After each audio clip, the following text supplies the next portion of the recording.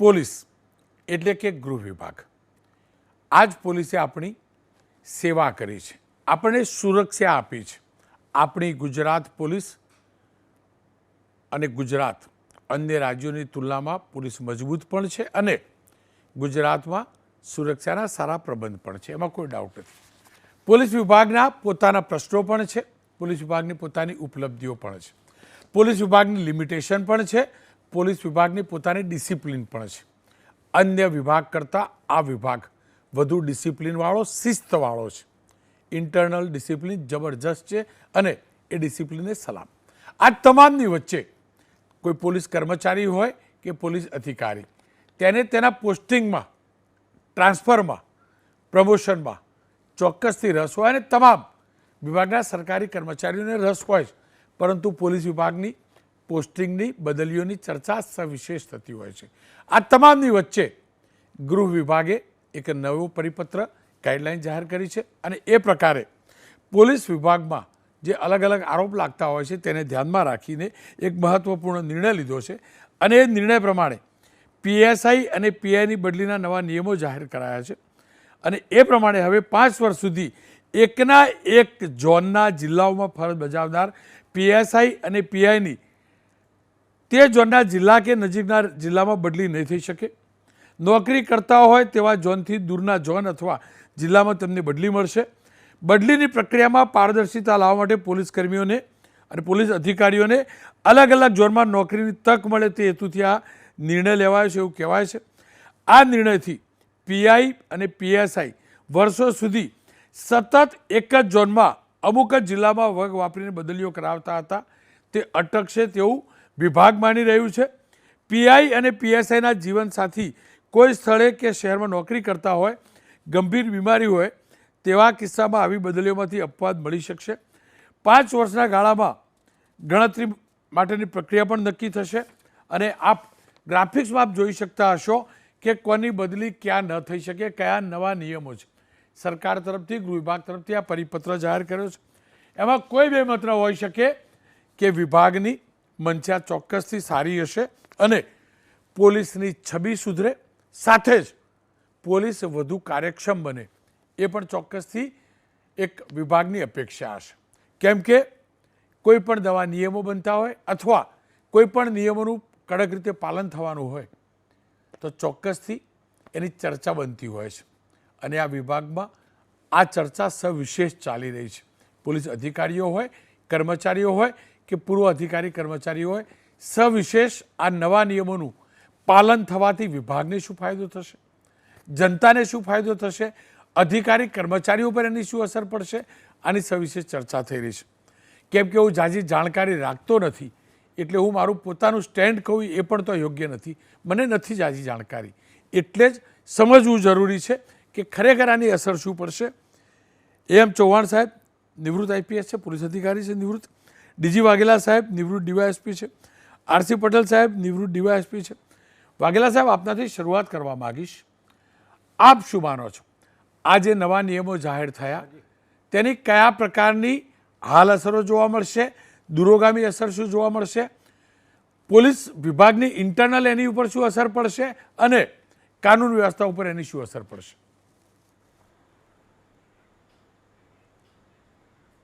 રોનકભાઈ, બહુ સારો નિર્ણય છે અને દરેક અધિકારીને પોતાની કાબેલિયત દર્શાવવાનો આ નિર્ણયથી મોકો મળશે. કારણ કે એવું પણ બનેલું છે અત્યાર સુધીમાં કે ઘણી વખતે કોઈ ખૂણાની બ્રાન્ચમાં એક અધિકારી જોઈન્ટ થાય અને આખી જિંદગી એમાં પસાર થઈ જાય. એ હવે નહીં રહે અને દરેકને એ રીતે મોકો મળશે. રહી વાત સામાજિક સ્ટેટસની, તો અત્યારે પણ ઘણા અધિકારીઓ એવા છે કે જેઓ પોતાના પરિવારને કોઈ મોટા સિટીમાં, દાખલા તરીકે અમદાવાદ, ગાંધીનગર, સુરત, વડોદરા, ત્યાં સેટ કરી અને આજુબાજુમાં એ લોકો આવતા જતા હોય જ છે. ત્યારે આ પ્રશ્ન એમના માટે ભવિષ્યમાં એ બગડશે નહીં. હા, એ વસ્તુ ચોક્કસ છે કે સ્થાપિત તત્વો જે છે, સ્થાપિત હિતો જેને છે, એ લોકોને થોડી ઘણી તકલીફો પડશે, પરંતુ એ પણ શિસ્ત પાલનના જ અધિકારીઓ છે, એટલે બધા ટીવાઈ જશે. આપ જોડાયેલા રહેજો. મારી સાહેબ પટેલ સાહેબ જોડાયા છે. પટેલ સાહેબ, આપ શું માનો છો? શું કારણ હોઈ શકે? એવી શું જરૂરિયાત પડી હોઈ શકે કે જેના કારણે આ પ્રકારના નિયમો બનાવવા પડ્યા હશે?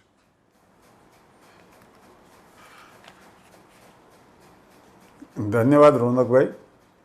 આજનો આ વહીવટી મુદ્દો છે અને આજનો પરિપત્ર જે છે એ પીએસઆઈ પીઆઈ પૂરતો છે. હવે વાત એમ છે કે આ પ્રકારની નોકરીની સમય મર્યાદા એક પોલીસ સ્ટેશનમાં અથવા તો એક બ્રાન્ચમાં કેટલો સમય હોવી જોઈએ એ પહેલથી જ હુકમથી નક્કી કરવામાં આવેલું હતું. પણ છેલ્લા કેટલાય વખતથી અથવા તો મેં તો જોયું છે કે આ હુકમનો ડિપાર્ટમેન્ટમાં કંઈ મજબૂતાઈથી એનો અમલ થતો હોય એવું રહ્યું નથી. અને અગાઉ વાઘેલા સાહેબે કીધું એમ કે આ પગલું આવવાથી, આ નિર્ણય આવવાથી ડિપાર્ટમેન્ટની હું એક મારી વ્યક્તિગત રીતે એમ માનું છું કે આ વસ્તુ ભ્રષ્ટાચારને રોકવા માટેનો પહેલો સરકારનો સરસ પ્રયોગ હોય એવું મને લાગી રહ્યું છે. કેમ કે એક જ જગ્યાએ પોસ્ટિંગ અથવા તો એક જ અધિકારીની સાથે પોસ્ટિંગ અથવા તો માગેલી જગ્યાએ પોસ્ટિંગ એ કરાવનારાઓ પણ ધારાસભ્યો હોય, સંસદ સભ્ય હોય અથવા તો એમને લઈ જનારા કોઈ પોલીસ અધિકારી સાહેબ હોય, પણ એક ને એક જગ્યાએ મેં તો જોયું છે કે એક જ જિલ્લાની અંદર એક અધિકારી પીએસઆઈ પણ હોય, પીઆઈ પણ હોય ને ડીવાયએસપીઓ પણ હોય. એટલે એમની એક ઇન્ટરનલ રાજકીય ધારાસભ્યો અને સંસદ સભ્યો સાથે એવી સરસ મજાની ગાંઠ થઈ ગઈ હોય છે કે એ પોતાના ભલામણથી વારે વારે ત્યાં લઈ આવતા હોય છે. એટલે અધિકારી સલામત બની જાય છે કે ભાઈ મને તો ફલાણા ધારાસભ્ય કે મંત્રીશ્રી લાવ્યા છે એટલે એનું કોઈ કશું બદલી કરાવી શકવાનું નથી. એટલે કેટલીક વખત એમની કામગીરીની શૈલીની અંદર પણ ઘણું બધું વિવાદાસ્પદ બાબતો બનતી હોય છે, પણ આખરે એમને બચાવી લેવામાં હોય છે. કેટલાક અધિકારીઓ એવા હોય છે કે પોતાની જે જગ્યાએ બદલી થાય ત્યાં પીએસઆઈ અથવા પીઆઈ જે એનો માનીતો હોય એને લઈ જાય. મેં જોયું છે ભૂતકાળની અંદર એક સાહેબ હતા, એમણે આણંદ જિલ્લામાં એ જ અધિકારી એમની નીચે હતો એલસીબીમાં, ખેડા જિલ્લામાં ગયા તો એ જ અધિકારી હતો, અમદાવાદ ગ્રામ્ય જિલ્લામાં આવ્યા તો એ જ હતા, બીજા કોઈ જિલ્લામાં જગ્યાએ ગયા તો એ જ અધિકારી હતા. તો આ બધી સાંઠગાંઠ આ જે અમલીકરણ શરૂ થશે એટલે સાંઠગાંઠ તો ચોક્કસ જુદી પડવાની જ છે અને એની અંદર ભ્રષ્ટાચાર ઉપર એક કાબુ પણ આવવાનો છે. હું એમ કહું કે સરકારે બહુ સરસ, જો સરકાર મજબૂતાઈથી આ સરસ નિર્ણયને અમલીકરણ કરે 2 વર્ષ સુધી, એમના ધારાસભ્યને પણ ના ચલાવી લે, સંસદ સભ્યને ના ચલાવી લે, કોઈ પ્રમુખને ન ચલાવી લે, કોઈ એસપી, ડીઆઈજી, આઈજી કોઈ અધિકારીની વાતને ન ચલાવી લે અને કાર્યક્ષમતા અથવા તો એની લાયકાત પ્રમાણે દરેકને સરખો મોકો મળે. આમાં તો કેટલાકને તો બિચારાઓને મેં જોયું છે કે એમની ઉંમર બ્રાન્ચમાં નીકળી ગઈ અને કેટલાક મલાઈદાર પોસ્ટિંગથી સહેજ પણ કદી પાછા નથી ખસ્યા. કેટલાક રાષ્ટ્ર લેવલના પદકો પણ જીતી લાયા અથવા તો રાષ્ટ્રપતિ એવોર્ડો પણ જીતી લાયા, જે અધિકારીઓની આજુબાજુ રહી અને ખૂબ સારા ઇનામો એમણે મેળવી લીધા, ખૂબ સારી કામગીરીઓ દર્શાવી શક્યા. બધા જ સક્ષમ છે. ડિપાર્ટમેન્ટમાં જે દિવસે ભરતી થાય છે ને રોનકભાઈ, એ દિવસે બધાના માટેનો માપદંડ એક સરખો જ હોય છે ને એ બધા સરખી રીતે પાસ કરીને જાય છે અને સિલેક્શન પામે છે. પણ પોસ્ટિંગ વખતે મારું તારું બીજા પ્રકારની લાયકાતો ઘણું બધું કામ કરી જાય છે અને કેટલાક અધિકારીઓ સરકારના માનીતા થઈ જાય છે અને કેટલાક અધિકારીઓને કોઈ સાંભળવામાં નથી આવતું, તો એ અધિકારીઓ બિચારા કાયમની બાજુમાં સાઈડ પોસ્ટિંગમાં રહી જતા હોય છે. એટલે હું ધન્યવાદ આપું છું સરકારને, જેણે આ નિર્ણય કર્યો છે. ભલે મોડો કર્યો છે, અમલીકરણ તો થતું હતું પણ અંશતઃ થતું હતું, કંઈ ચોક્કસ નહોતું થતું અને કોઈક માટે જ થતું હતું, બધા માટે સરખું નહોતું થતું. આનો ચુસ્ત અમલ થશે તો જરૂર રોનકભાઈ ધારાસભ્યો, સંસદ સભ્યો અથવા અધિકારીઓ નારાજ સરકાર પ્રત્યે થશે, પણ જે ભ્રષ્ટાચાર થતો હતો લાઈન માટે, એ ભ્રષ્ટાચારની અંદર ચોક્કસ મોટો ફેર પડશે. સરકાર આની અંદર સફળ થશે અને જે કલંક સરકાર ઉપર ભ્રષ્ટાચારનું લાગેલું છે એ દૂર પણ થશે. પણ સરકારે બિલકુલ તટસ્થ અને કડક હાથે કામ લેવું પડશે. તો આનો સીધો ફાયદો સક્ષમ અધિકારીઓ જ્યારે બીજા પણ છે અને એ આગળ આવશે ત્યારે જનતાને આની અંદર ઘણો બધો ફાયદો થશે. નહીં તો એક જ જગ્યાએ જામી ગયેલા અધિકારીઓ છે ને, તો એમના વર્તનમાં તો છડાઈ પણ હોય છે અને કામ ન કરવાનું એ હોય છે, કેમ કે એમને છેવટે તો એક ધારાસભ્ય, સંસદ સભ્ય કે એક અધિકારીને જ ખુશ રાખવાનું હોય છે. પણ હવે કામની કોમ્પિટિશન થશે, લાયકાતની કોમ્પિટિશન થશે, પોતે કરી છૂટવાની ભાવના છે એ બતાવી શકશે. તો હું ખરેખર માનું છું કે સરકારે આ ખૂબ આવકારદાયક નિર્ણય કર્યો છે અને એનાથી બે કામ થશે. સરકાર જરૂર ભ્રષ્ટાચારને નાથી શકશે, કેમ કે ભ્રષ્ટાચાર સિવાય તો કોઈ સારા ક્રીમ પોસ્ટિંગ થતા નથી હોતા. એક ને એક અધિકારી કંઈ વારે વારે દરેક જગ્યાએ જાય તો સાથે લઈ જતો નથી. આ એક સમજવા જેવી બાબત છે. અથવા તો અધિકારીનું પોસ્ટિંગ થાય પછી બીજા જિલ્લામાં કે રેન્જમાં હોય ત્યાંથી ડીઓ લેટર લખીને તરત જ બોલાવી લેવામાં આવે, ત્યારે ત્યાં પણ જિલ્લામાં જે સક્ષમ અધિકારીઓ હોય ને એમની કાર્યશૈલી અને કામની ક્ષમતા ઉપર પણ જરૂરી એની અસર થાય છે એ પોસ્ટિંગોના કારણે. કેમ કે એક ગ્રુપ બની જતું હોય છે, એસપી સાહેબ LCB હોય, TF હોય, XYZ હોય. એટલે આ એક સરસ આવકારદાયક પગલું છે અને હું ફરીથી સરકારને ધન્યવાદ આપું છું અને બિરદાવું છું. ચૌહાણ સાહેબ, આપ શું માનો છો? આ નિર્ણયની કેવા પ્રકારની અસરો પડી છે? મને લાગે છે વાઘેલા સાહેબે અને પટેલ સાહેબે પૂરેપૂરી વાત કરી દીધી છે. આના મુખ્ય ઉદ્દેશ જે છે એ ભ્રષ્ટાચારને ઓછો કરવાનો, રોકવાનો છે એમ જણાઈ આવે છે. પણ કોઈ પણ સિસ્ટમ છે, બાબા સાહેબ આંબેડકરે બંધારણ માટે કહેલું કે આપણે ગમે તેટલું સારું બંધારણ આપીશું, પણ જો બંધારણનું પાલન કરનારા અથવા કરાવનારા એ લોકો જો ઓનેસ્ટ હશે, પ્રમાણિક હશે, તો એ બંધારણ સારી રીતે ચાલશે. અને ગમે તેવું ખરાબ બંધારણ હશે પણ માણસો સારા હશે તો પણ એ સારી રીતે ચાલશે. પણ બંધારણ ગમે તેટલું સારું હશે અને એનું પાલન કરાવનારા માણસો જે છે એ જો ખરાબ હશે, એ ડિસઓનેસ્ટ એટલે અપ્રમાણિક હશે, તો એ બંધારણનો જે ઉદ્દેશ જે છે દેશની પ્રગતિ માટેનો, સમાનતા લાવવાનો, ન્યાય બધાને મળે એ પ્રકારનો, એ બધા ઉદ્દેશો જે સારા ઉદ્દેશો છે એ બધા માર્યા જાય છે. એ જ રીતે બદલીમાં પણ આ જે છે એ નાના અંશે, પેલું આખા દેશની વાત હતી, અત્યારે નાના એક પોલીસ ડિપાર્ટમેન્ટ માટેની વાત છે અને આ ખાસ કરીને અત્યારે ગુજરાતનું.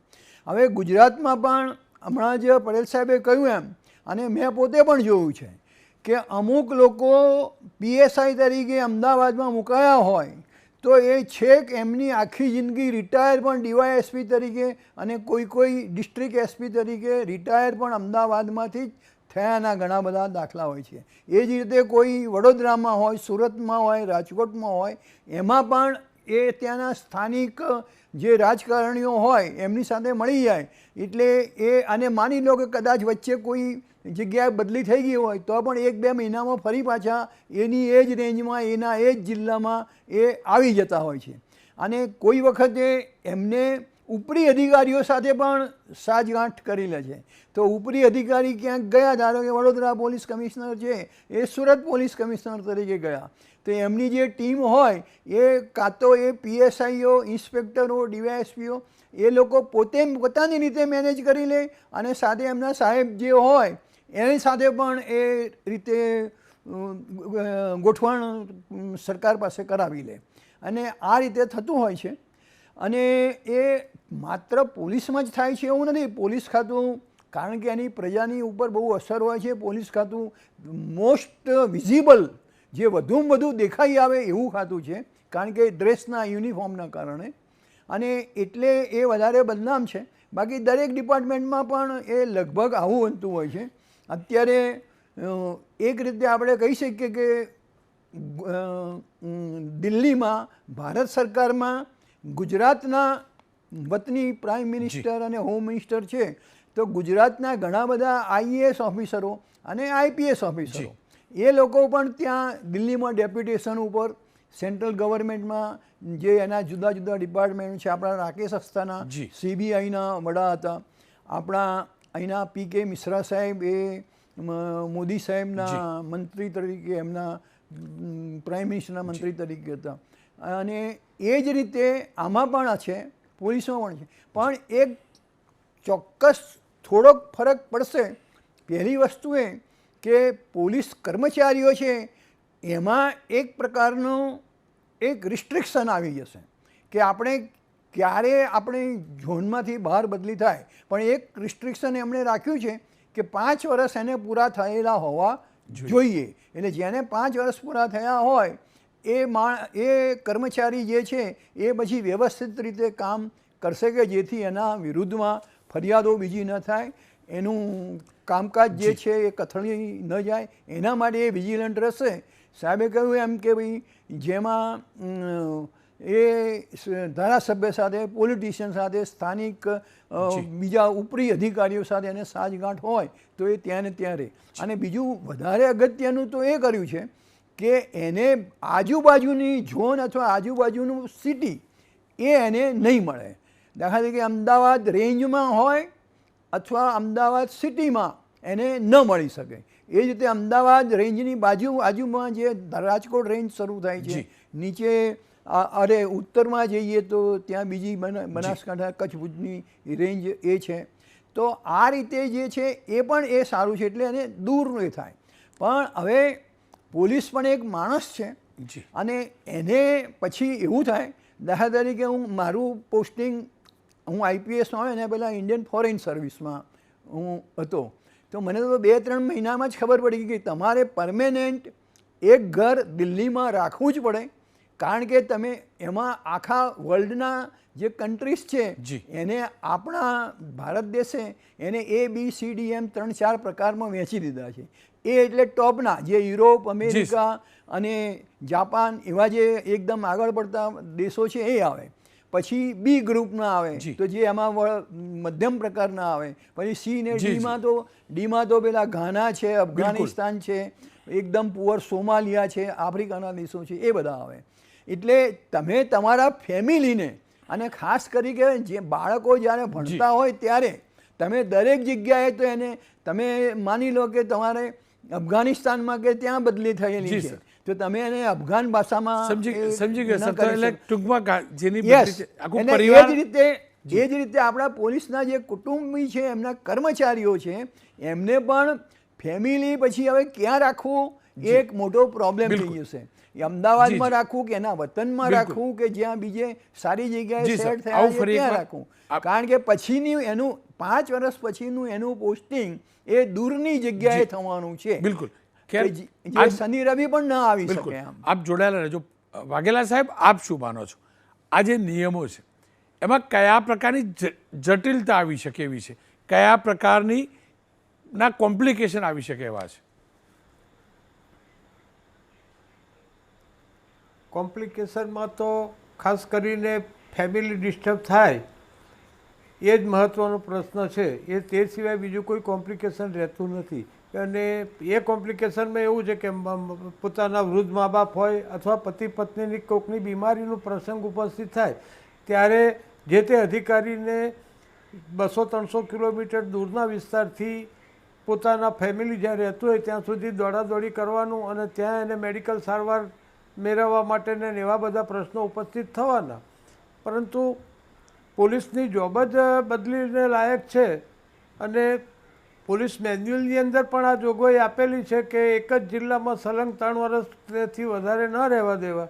પણ 10-10 વર્ષ કે 11-11 વર્ષ રહી ગયાના પણ દાખલા છે. કેટલાક તો ચૌહાણ સાહેબે એમ કીધું એ પ્રમાણે આખી જિંદગી એક જ સ્થળે એ લોકોએ પસાર કરી દીધી છે.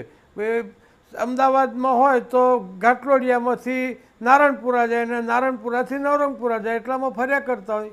એ હવે બંધ થશે અને એનો મોટો લાભ અલ્ટિમેટલી જનતાને જ મળવાનો છે. પટેલ સાહેબ, આપની પાસેથી જાણવું છે, જો આપે વધાવ્યો આ નિર્ણયને, પણ દરેક વાતની સિક્કાની 2 બાજુ પણ હોય છે, તમને શું લાગે છે આના કારણે કયા કયા પ્રકારના કોમ્પ્લિકેશન આવવાની આશંકા છે?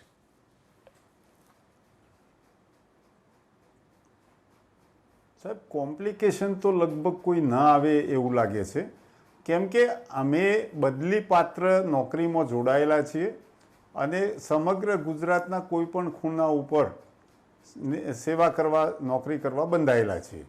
બીજું કોમ્પ્લિકેશન સાહેબોએ કીધું એમ એક સામાજિક કોમ્પ્લિકેશન પોલીસના મનમાં હોય છે અને એ સરકાર હજુ સુધી નિવારી શકી નથી. કેમ કે પોલીસમાં રજાનો એક મોટામાં મોટો પ્રશ્ન છે અને રજાનો ગણીએ તો વિવાદ છે.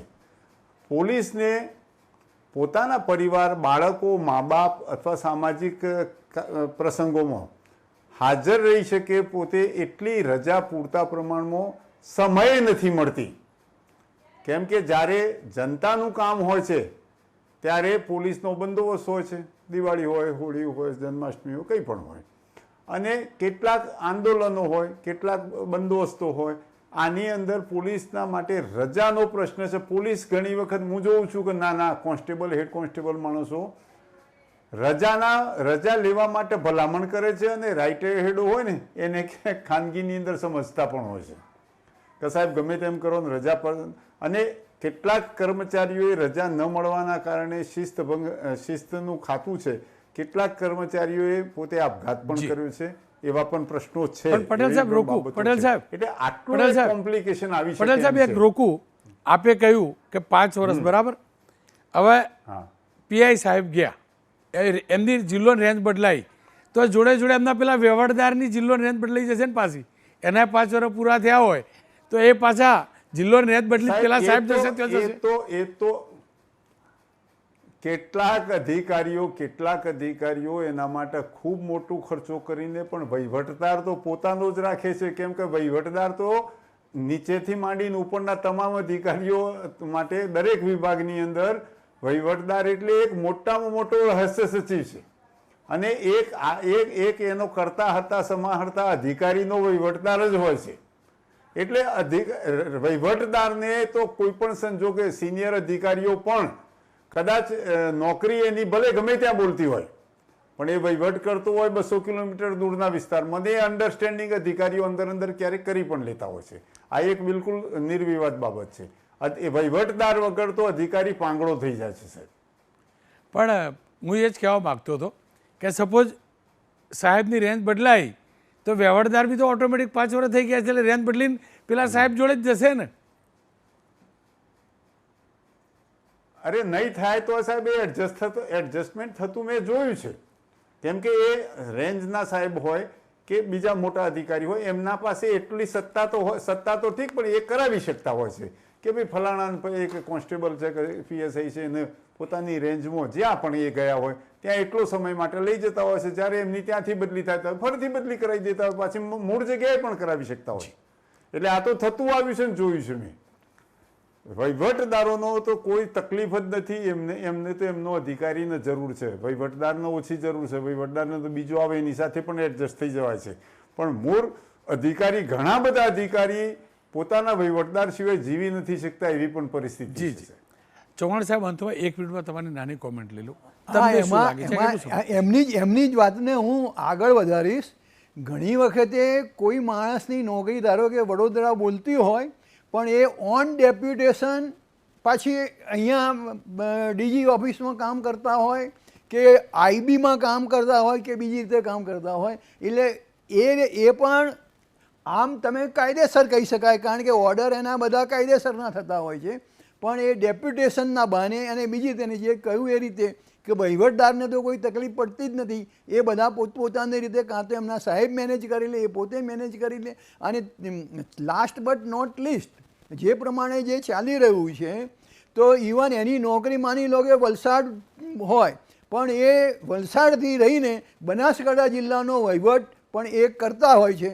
કારણ કે પેલા જે લોકો ટેવાઈ ગયેલા હોય, જે એ બધા એની સાથે જ એના થ્રુ જ એનું થતું હોય છે. આવા કિસ્સા હોય છે, પ્રમાણમાં ઓછા હોય છે, પણ એકંદરે આમાં થોડો ઘણો સુધારો તો થશે જ. અને 2, 5, 10% પણ સુધારો થાય તો પણ એ એક સારી વાત ગણાય. બિલકુલ. આપ ત્રણેયનો ખૂબ ખૂબ આભાર. ખેર જાજુ હું જાણતો નથી એટલે એના વિશે ટિપ્પણી કરવી યોગ્ય નહીં. આશા રાખું જે પણ રિફોર્મ થઈ રહ્યા છે એ પ્રજાના હિતમાં પણ થાય, વિભાગના હિતમાં પણ થાય, પોલીસ કર્મચારીઓના હિતમાં પણ થાય, પોલીસ અધિકારીઓના હિતમાં પણ થાય. બની શકે કે બધી વાત એક સાથે સારી ન થઈ શકે, બની શકે. જમા પાસું હોય તો ઉધાર પાસું પણ હોય, પણ જમા પાસું ભારે હોવું જોઈએ ઉધાર કરતાં, પ્લસ વધુ હોવું જોઈએ. આશા રાખું સૂકા ભેગું લીલું ના બળે. જે પ્રમાણિક કર્મચારીઓ છે, પ્રમાણિક અધિકારીઓ છે, એમને હેરાનગતિ ન થાય. જે અપ્રમાણિક છે, જેમના માટે આ કરવું પડ્યું છે, એ ક્યાંક પાછલી બારીથી બીમારીનું સર્ટિફિકેટ કે એમની પોતાની જરૂરિયાત કેવો શોર્ટકટ ના અપનાવી લે એ પણ જોવું એટલું જ જરૂરી છે.